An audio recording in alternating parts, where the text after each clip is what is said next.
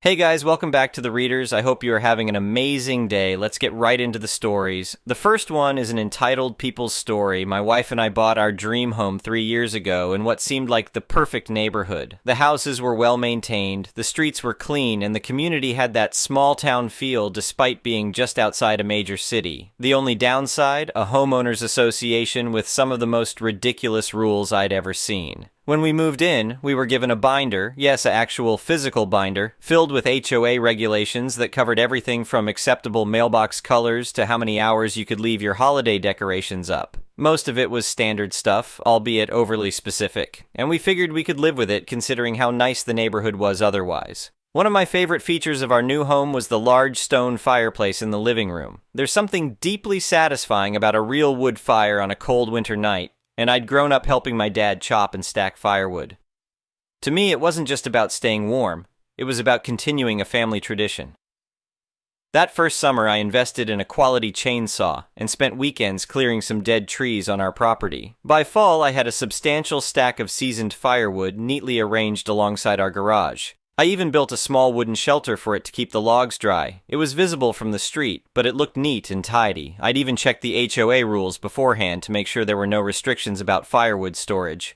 Then I met Karen. Karen wasn't her real name, of course, but she embodied every stereotype of the entitled, middle-aged woman who believes rules apply to everyone except herself. She'd been on the HOA board for nearly a decade and apparently saw herself as the neighborhood's self-appointed enforcer. She drove a shiny white SUV with a proud HOA board member sticker on the back window, and she wasn't shy about introducing herself as such. Our first encounter happened on a crisp October afternoon as I was adding the last few logs to my woodpile. "Excuse me," she called from the sidewalk, her voice carrying that fake sweet tone that instantly puts you on edge. "You must be new here." I turned and offered a friendly smile. "Not that new. We moved in last year."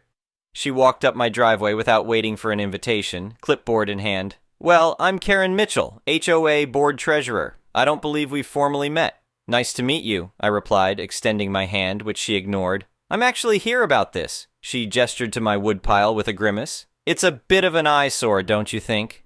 I looked at my neatly stacked, carefully covered firewood. "Not really. I built the shelter myself, and I made sure it complies with all the HOA regulations."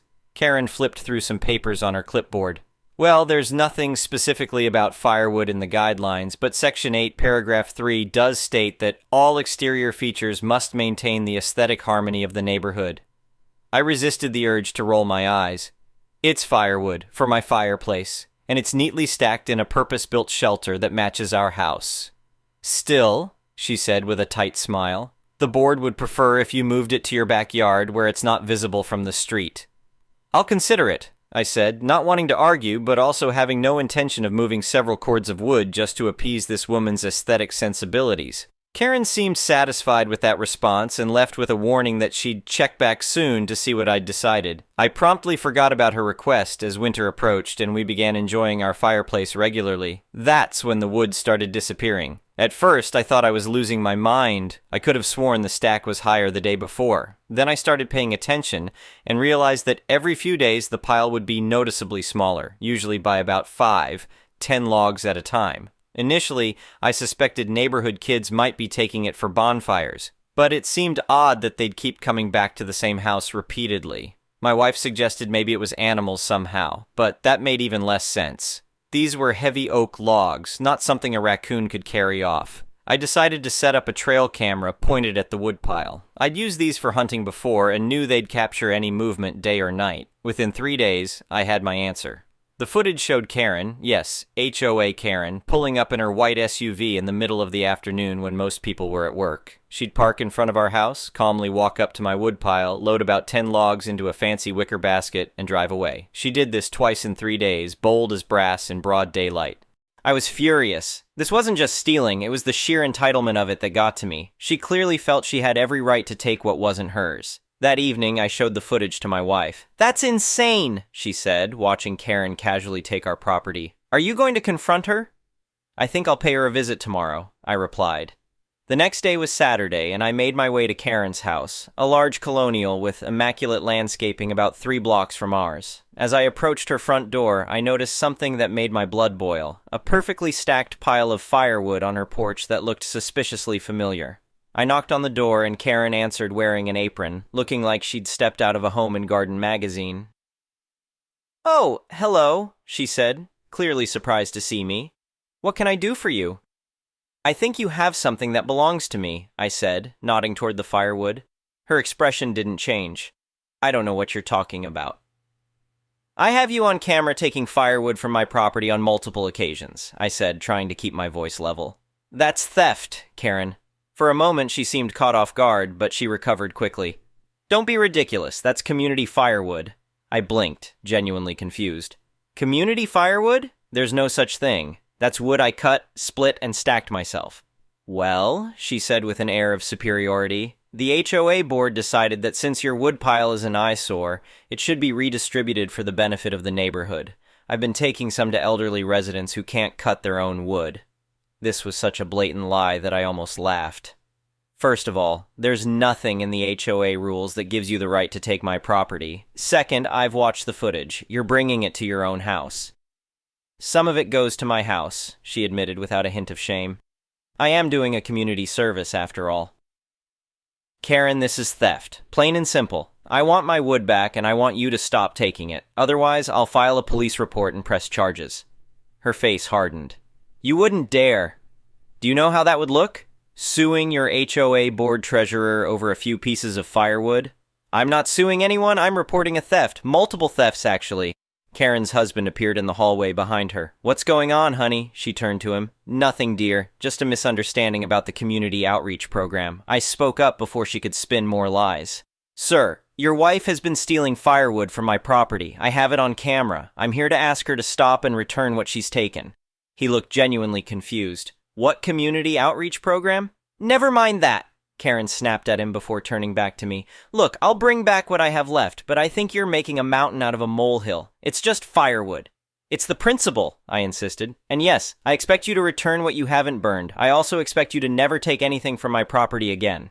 She agreed with obvious reluctance, and I left feeling frustrated but hoping the matter was resolved. It wasn't. She did bring back about half of what she'd taken, dropping it unceremoniously in a pile on our driveway rather than stacking it properly. But a week later, my camera caught her at it again, this time coming at dusk and taking fewer logs, probably hoping I wouldn't notice. I was beyond angry now. I sent her the new footage via email with a clear warning that the next time she took my wood, I would go straight to the police and the rest of the HOA board. She replied with a terse message claiming she thought those were community logs I'd put out separately from my main pile. Another obvious lie. The next community meeting was the following week, and I decided to bring it up publicly. As the meeting was wrapping up, I raised my hand during the open forum. "I have a question about HOA policy," I said when called on.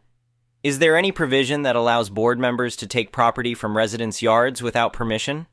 The room went silent. Karen, sitting at the board table, turned crimson. The HOA president, an older gentleman named Frank, looked confused. "No, of course not. Why do you ask?" I explained the situation briefly, mentioning that I had video evidence but not naming Karen directly, though everyone knew who I was talking about from her reaction. Frank frowned deeply. "That's completely unacceptable and not HOA-sanctioned behavior. If someone is taking your property, that's a police matter, not an HOA issue." Karen tried to interject with some explanation about community resources and helping the elderly, but Frank shut her down. "We'll discuss this in our executive session," he told her firmly before addressing me again. "I apologize for this situation. Please be assured the board does not condone theft of any kind." I thought that would be the end of it. Surely after being publicly exposed, Karen would leave my firewood alone. I was wrong again. 2 weeks later, after a heavy snowfall, I caught her on camera yet again. This time she came at night, with a flashlight, taking a larger quantity than ever before. The footage showed her making 3 trips to her car, loading it with as much wood as she could carry each time. That was it. I'd had enough of playing nice. It was time for some creative revenge. I had a buddy who worked in pest control, and over beers one night I explained my situation. He laughed at the audacity of this woman and offered a suggestion that would become my sweet revenge.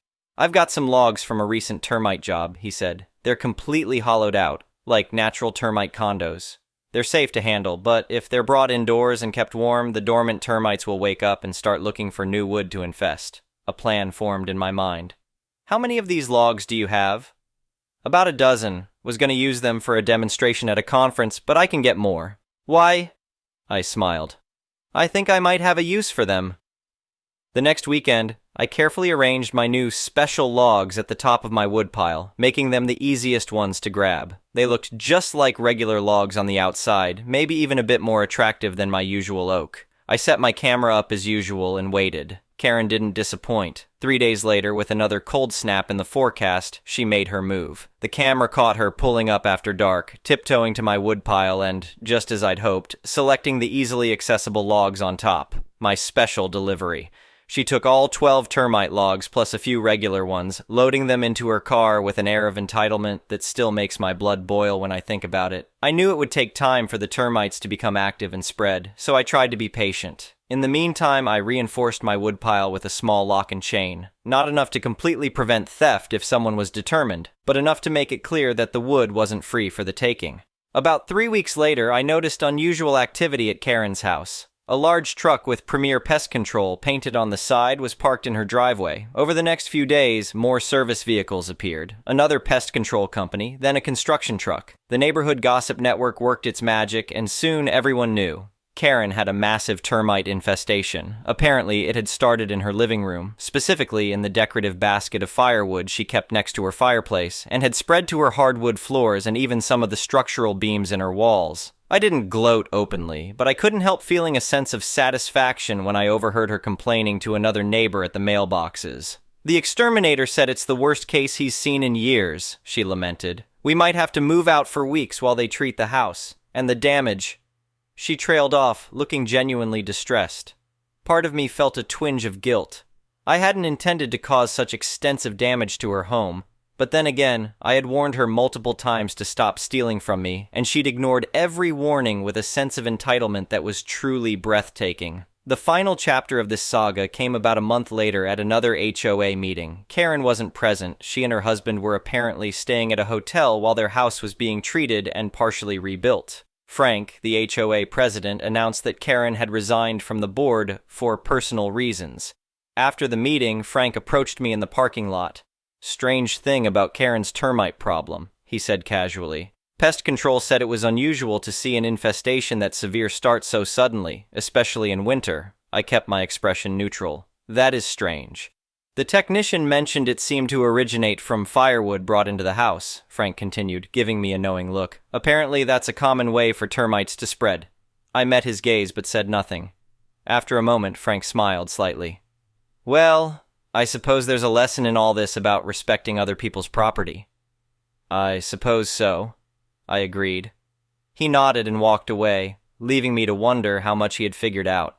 I never told anyone except my wife about what I'd done, and we've sworn each other to secrecy. The cost to Karen was undoubtedly high, both financially and in terms of convenience. But I can't bring myself to feel too bad about it. She had multiple opportunities to stop stealing from me, and she chose to continue, believing her position on the HOA board somehow placed her above the rules. My woodpile remains untouched by anyone but me these days, and I've noticed a strange new respect from other HOA board members. The ridiculous complaints about aesthetic harmony have stopped completely, and no one bothers me about my neat stack of firewood anymore. As for Karen, she and her husband finally moved back into their house after nearly 2 months of remediation work. She avoids eye contact whenever we cross paths, and I've heard she's far less eager to enforce HOA rules these days. I consider it a lesson well learned. Sometimes justice comes in unexpected forms, like tiny wood-eating insects that teach entitled HOA Karens not to take what isn't theirs. Edit. Wow, I didn't expect this post to blow up like it did. To address some common questions. 1. Yes, I know introducing termites could have potentially affected other homes. My pest control buddy assured me the specific termites used were a species that need very precise conditions to thrive and spread, namely being brought indoors and kept warm. The risk to other properties was minimal. 2. No, I don't feel guilty. She stole from me repeatedly after multiple warnings. 3. For those asking about legal implications, what I did was definitely in a gray area legally and ethically. I wouldn't recommend anyone else try this specific form of revenge. There are better ways to handle HOA disputes. 4. And for those concerned about the ecological impact, these were already existing termites from an infested property, not a new colony introduced to the environment. Thanks for all the comments and support. Update 6 months later. I didn't plan on providing an update to this story, but things have taken some interesting turns in the past 6 months that I thought were worth sharing. First off, Karen and her husband finally finished all their home repairs about 3 months ago. Their insurance covered most of the damage, but I heard through neighborhood gossip that they still had to pay over $20,000 out of pocket because the insurance adjuster determined the infestation was due to homeowner negligence, specifically bringing untreated firewood inside the house. The irony still makes me smile. About a month after they moved back in, I was out front splitting some new logs when a black pickup truck pulled into my driveway. To my surprise, it was Karen's husband, Dave. I tensed up, preparing for a confrontation, but his demeanor wasn't hostile. "Got a minute?" he asked as he stepped out of his truck. "Sure," I replied cautiously, setting my axe down. Dave looked uncomfortable, shifting his weight from one foot to the other. "Look, I know what happened with our termite problem wasn't a coincidence." My heart rate picked up, but I kept my expression neutral. "What do you mean?" "Let's not dance around it," he said with a tired sigh. "Karen told me everything. About taking your firewood, I mean. She tried to hide it from me at first. Said she was getting it from a community pile somewhere. But after you came to our house that day, I started paying attention." I stayed silent, letting him talk. "I saw her sneaking out at night to get more wood from your pile. I confronted her about it, but she just got defensive, said it was her right as an HOA board member to redistribute resources or some nonsense." He shook his head. "I wanted to apologize for her behavior. It was wrong, plain and simple." This was unexpected. "I appreciate that," I said. "But why are you telling me this now?" Dave ran a hand through his hair. "Because I know those termites didn't just magically appear in our firewood basket. And while I can't prove anything, I have my suspicions." My muscles tensed again. Was this a threat? But Dave surprised me. "And honestly, I don't blame you. Karen's been, difficult. For years. Not just with neighbors, with everyone. This whole termite disaster has been a wake-up call for us." "How so?" I asked, genuinely curious. "Well, for one thing, we're in marriage counseling now. The stress of being displaced from our home for months finally forced us to address some long-standing issues." He looked me in the eye. "And for another, I made her resign from the HOA board. It wasn't good for her or for the neighborhood." I nodded slowly, not sure what to say. "Anyway," Dave continued, "I just wanted you to know that I understand why someone might have been pushed to extreme measures and to assure you there won't be any retaliation or legal action. We're trying to move forward." "I appreciate that," I said carefully. He nodded. "Oh, and one more thing." He reached into his truck and pulled out an envelope. "This is for you. Consider it restitution for the stolen firewood." I took the envelope, opened it, and found 5 $100 bills inside. "That should cover what she took, plus some," Dave said. "Karen doesn't know I'm doing this, and I'd prefer to keep it that way." "This isn't necessary," I said, trying to hand it back. Dave pushed my hand away. "Yes, it is. What's right is right." As he drove away, I stood there with the envelope, feeling a mix of vindication and, surprisingly, a little sympathy for Dave. He seemed like a decent guy stuck with a Karen. The next HOA meeting was interesting, to say the least. With Karen gone, Frank, the HOA president, had appointed a younger woman named Melissa to fill the vacant board position. The difference was night and day. Where Karen had been obsessed with trivial rule enforcement, Melissa focused on community improvements and reasonable compromise. At that meeting, Frank announced a complete overhaul of the HOA regulations. "Over the years," he said, "our rules have become unnecessarily complicated and, in some cases, unreasonably restrictive. The board has unanimously voted to simplify and modernize our approach. The revised rulebook was half the size of the original binder. Gone were the ridiculous restrictions about exact shades of acceptable house colors and the micromanagement of landscaping choices. Instead, the new guidelines focused on maintaining basic standards while respecting homeowners' right to reasonable self-expression. The best part, the new rules included a specific provision about firewood storage. Neatly stacked firewood in good condition is permitted on private property, provided it is properly covered and maintained." After the meeting, Frank approached me with a smile. "I hope the new firewood provision meets with your approval," he said with a knowing wink. "It does," I replied. "Thanks for being reasonable about it. Between you and me," Frank lowered his voice, "Karen's departure from the board was long overdue. She's been driving everyone crazy for years, but nobody wanted to be the one to stand up to her." "Glad I could help," I said with a straight face. Frank chuckled. "You know, we're looking for more level-headed people to join the Architectural Review Committee. Someone with a sense of proportion and fairness. Would you be interested?" I was surprised by the offer, but found myself genuinely considering it. I might be, I said. Let me think about it. 2 weeks later, I accepted the position, figuring the best way to prevent HOA overreach was to be part of the process. So far, it's been a positive experience. I've helped approve reasonable requests that Karen would have shot down, and I've worked with homeowners to find compromises when their initial plans didn't quite fit the guidelines. As for Karen herself, she's kept a remarkably low profile since moving back in. I still see her around the neighborhood, but she crosses the street to avoid me. Recently, though, I noticed something surprising. She's started stacking her own firewood pile in her backyard. Properly, I might add, with a good cover and raised off the ground. I guess some lessons do stick. Dave stops by occasionally, usually with a 6-pack of beer, and we've developed an unlikely friendship. He's actually a pretty handy guy and has helped me build a more secure wood storage shed, one with a proper lock this time. He never explicitly acknowledges what I did with the termites, and I never admit to it, but there's an unspoken understanding between us. Last week, he helped me split a new cord of wood for the upcoming winter, and as we worked, he mentioned they're considering selling their house and moving closer to his family in Colorado. Karen needs a fresh start, he explained.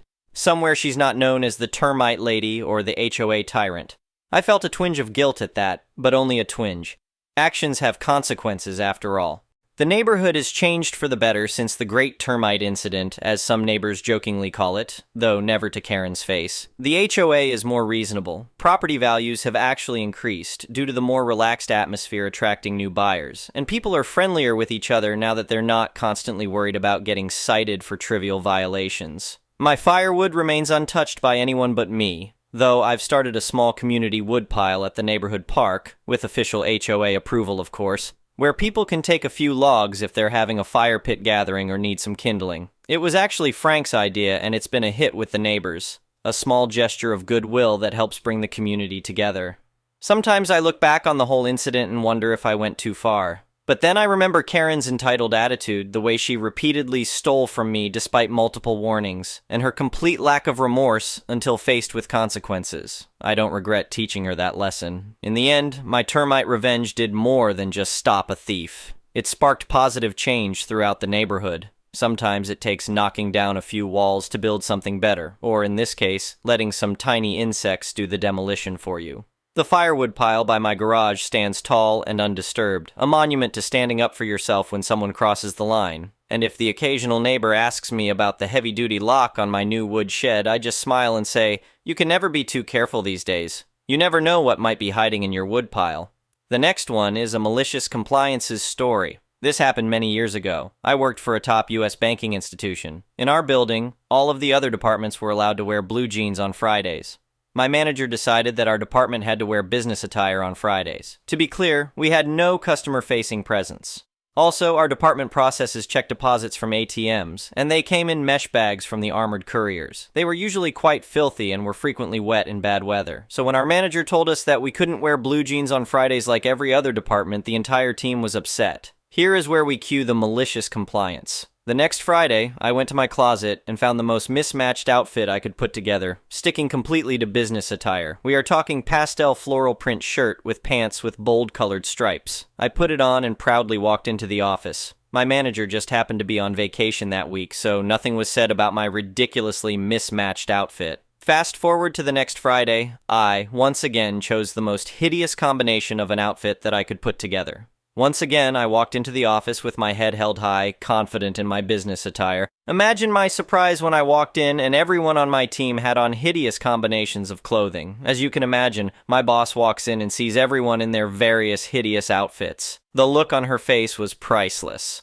All 15 of us in hideous outfits, but all meeting the business attire dress code. She pulled us all into a meeting and told us that our attire was entirely inappropriate for a business environment and that she would have to write each and every one of us up. I asked her to pull out the company handbook and read the definition of what it said as business attire. She read it, and it stated something like clean and pressed business attire consisting of slacks, skirts, or dresses, and clean pressed shirts or blouses. It went on to say something like no blue jeans, t-shirts, ripped, or clothes with holes, no sleeveless shirts, and no athletic or gym shoes. I asked her where in the guidelines does it say anything about whether the outfits matched or not. She couldn't find anything and said she would have to contact HR to discuss with them what her options were to write us up. Needless to say, none of us were ever written up. She did, however, say we still needed to dress in business attire. Word quickly spread to other departments about her forcing us to wear business attire. The next week, 2 departments around us decided that they would also dress up in hideously matched clothing. The managers of those departments quickly got in touch with our manager and put pressure on her as they didn't like how their employees were dressing. Our manager called us into a meeting and told us we could wear blue jeans on Fridays going forward. Malicious compliance wins. Sometime later, I will tell you about the sign-in/sign-out board she created. The next one is an entitled People's Story. My sister is the worst person I've ever met in my life, and while I'm no expert in diagnosing people, I'm pretty sure she's a covert narcissist. Though it's certainly not covert anymore, and I intend to write many posts about her in time. This one just happened to be the story I thought to start with. I will say in advance that my sister's husband did divorce her, and eventually took full custody of the kids later as well. This story I'm about to tell happened around 7 years ago. Back then, my sister had destroyed her own marriage with a mixture of infidelity and narcissism.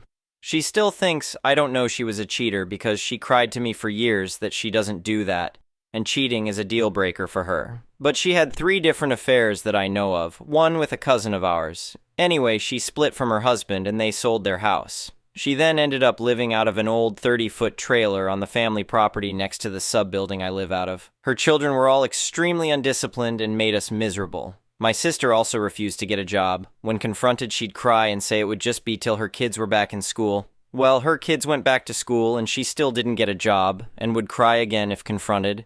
Then she ended up begging her husband to get back together with her by calling him up in tears because she was broke, but she lied to everyone else and said that didn't happen. She did finally get a job, and she obviously hated it, but pretended to like it for years. My sister's ex tried to give their marriage one more chance and moved into the trailer with her, but she made him miserable for over a year. He bought her a pug puppy because she wanted a dog, then she wanted another dog, so he decided to get a German Shepherd since he wanted a dog he could enjoy too. She did not like that dog, so he ended up getting her another pug too, and those pugs crapped everywhere. Then one day, the refrigerator in the trailer started malfunctioning, and its days were clearly numbered. My brother-in-law went out to a used appliance store and got both a refurbished refrigerator and microwave bundled together. Then, he and the delivery guy had a hell of a time getting it out and installing it. On top of that, he bought all new fresh food for the new refrigerator and packed it full of good stuff. He was practically beaming to see her come home and see the new fridge. But not only was she completely ungrateful, she was angry. My sister came home from work, and her reaction to the new fridge was initially completely emotionless, like she had ice in her veins. And then she suddenly stomped forward, opened the new fridge, and said, "Where's my food?" There was never any sort of thank you from her. She just demanded to know where the old food was. We found out years later she was an expired food HOA. Among other things, she had an unopened large bottle of ketchup that was so old the contents had turned brown. And she was feeding crap like that to her kids. My sister's husband was so upset she wasn't happy with the new fridge that he just gave up trying to please her. And eventually he left again. He bought a new house for himself, and that's where he, all of my nephews, and his current girlfriend all live. And he's doing great as a dad.